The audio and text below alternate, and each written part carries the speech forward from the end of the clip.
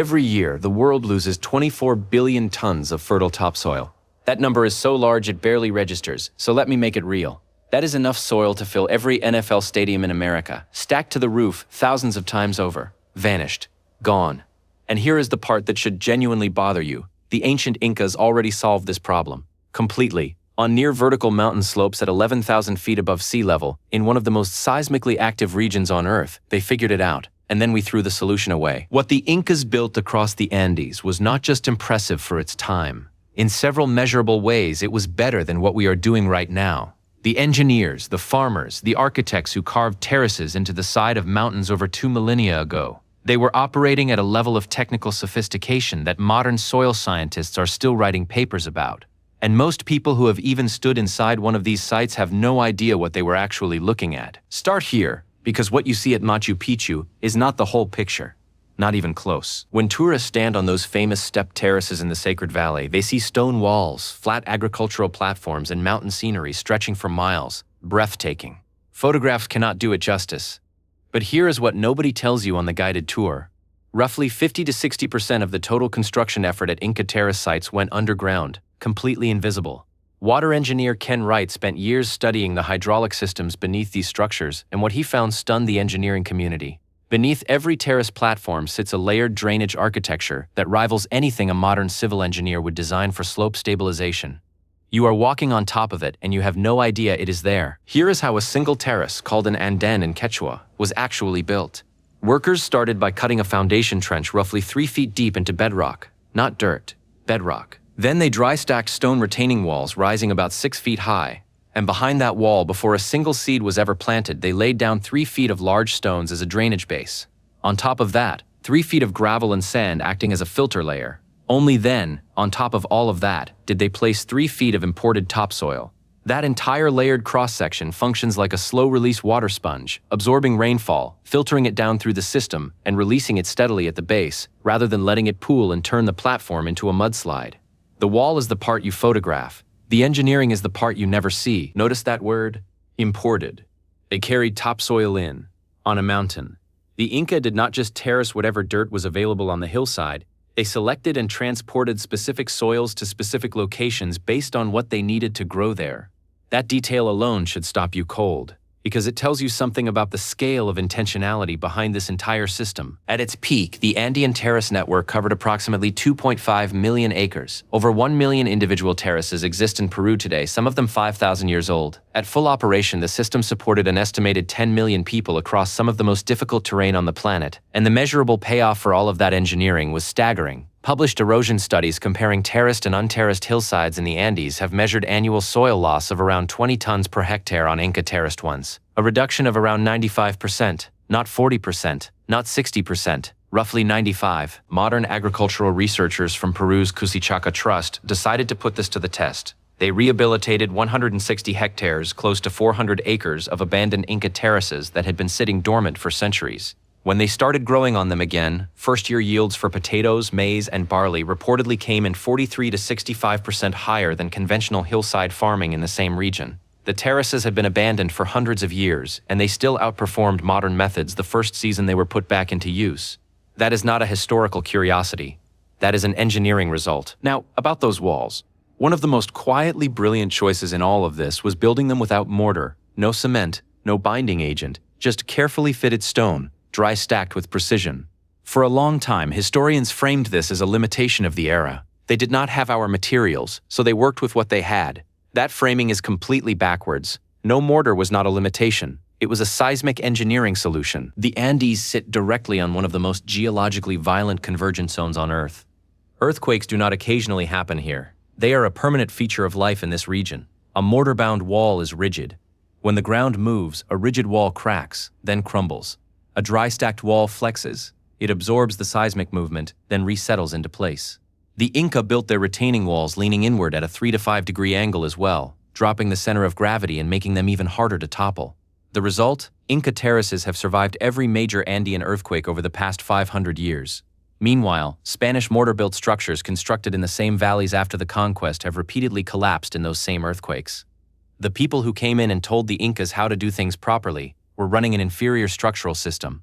The evidence is in the rubble. Here is where the story takes a turn most people never hear, because the most consequential chapter in the history of these terraces is not about how they were built. It is about what happened when they stopped being maintained. In 1534, the Spanish conquest of the Andes was complete. The Inca administrative system that had coordinated the construction and upkeep of these terraces, a system that mobilized tens of thousands of workers through a labor obligation called mita, was dismantled. Spanish colonial authorities redirected that labor force to the silver and gold mines, not to warfare, not to burning fields, just to mining. And within a generation, roughly 500,000 acres of terracing that had held Andean hillsides stable for centuries began to fail. The stone walls, built to flex and settle but not to stand without maintenance, started giving way. The drainage system silted up. The carefully layered platforms collapsed back into the slopes. Hillsides that had been farmed productively for 2,000 years began washing away. It was one of the largest human-caused erosion events in history, and it did not happen through destruction. It happened through neglect.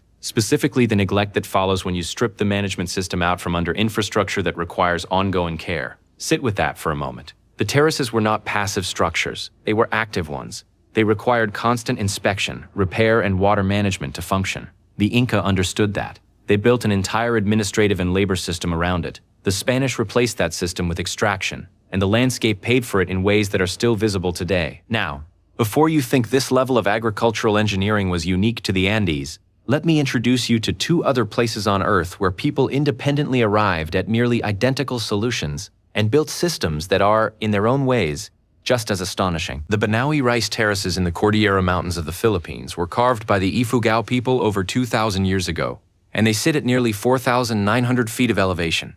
The numbers here are hard to absorb. Take every retaining wall in the Banaue system, lay them end to end in a straight line, and they would stretch approximately 12,500 miles. That is roughly half the circumference of the entire Earth.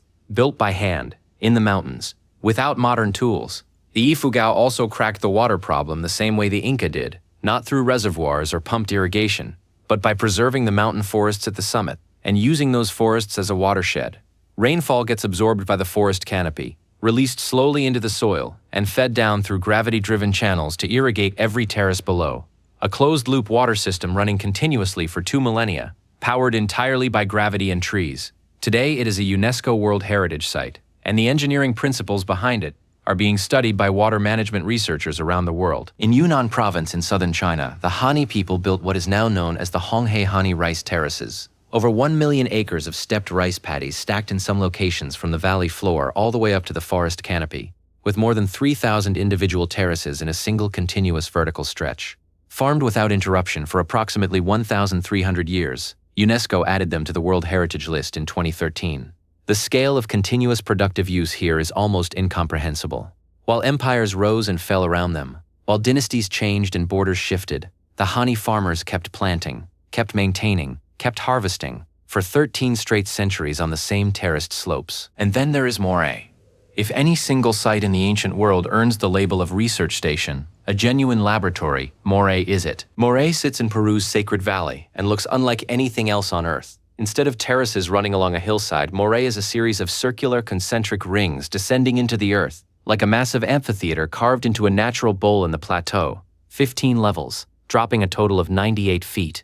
And across those 98 feet of vertical depth, the temperature difference between the top ring and the bottom ring is commonly reported at around 15 degrees Celsius, roughly 27 degrees Fahrenheit, 27 degrees, in under 100 feet. The Inca did not stumble onto this. They engineered it deliberately. The orientation of the rings, the depth of the bowl, the way it captures and redirects airflow, all of it was calculated to produce specific microclimates at each tier. And then they did something extraordinary. They physically imported soils from the jungle lowlands, from the Pacific coast, and from the high-altitude highlands and placed them in specific tiers to replicate the growing conditions of each region. What they built was a full-scale simulation of the entire ecological range of their empire, contained in one location. What was it for? Researchers believe Moray was an agricultural research and acclimatization station, a place where crops native to one region could be gradually adapted to survive in another. The temperature and soil engineering allowed a plant that naturally grew at sea level to be slowly introduced to progressively higher altitudes over multiple growing seasons, essentially training it to handle colder, thinner conditions. The results of this work apparently shaped roughly 60% of the plants currently consumed across the Andean region, a facility running systematic, empirical, repeatable agricultural research 500 years before the United States Department of Agriculture opened its first research station. Let that land for a second.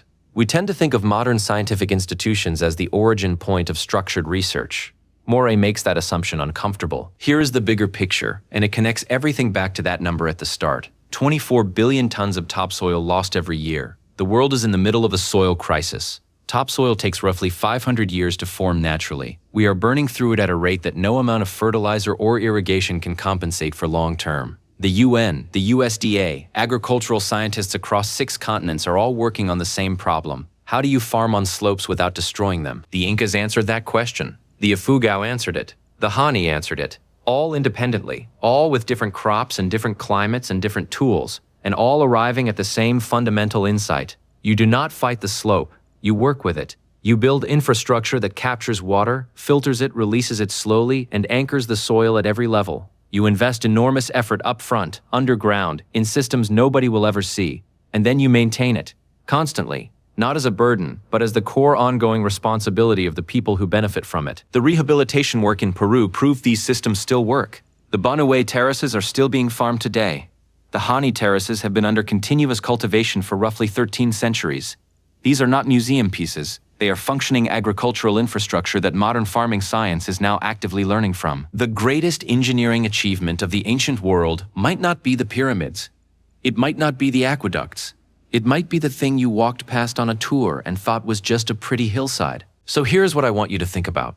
If a civilization 500 years ago could build a system that cut soil erosion by 95%, survived every earthquake the Andes threw at it, operated a continent-spanning food network for an estimated 10 million people, and ran a fully functional agricultural research station with engineered temperature differentials and imported soils, what does that say about what we are capable of right now, with everything we have at our disposal, if we actually commit to the problem? Tell me in the comments, which detail from this video hit you hardest? Was it the underground construction that tourists never see? The 27-degree temperature differential at Moray? The fact that abandoning maintenance caused more erosion than the conquest itself? I want to know what landed. If this opened your eyes to something you had never considered before, hit the like button and pass it on to someone who would appreciate it. This kind of history deserves a wider audience. And if you want more of this, the engineering secrets buried inside ancient infrastructure, the solutions we built and then forgot, subscribe and stay close. Because next week we are going somewhere that makes Moray look simple.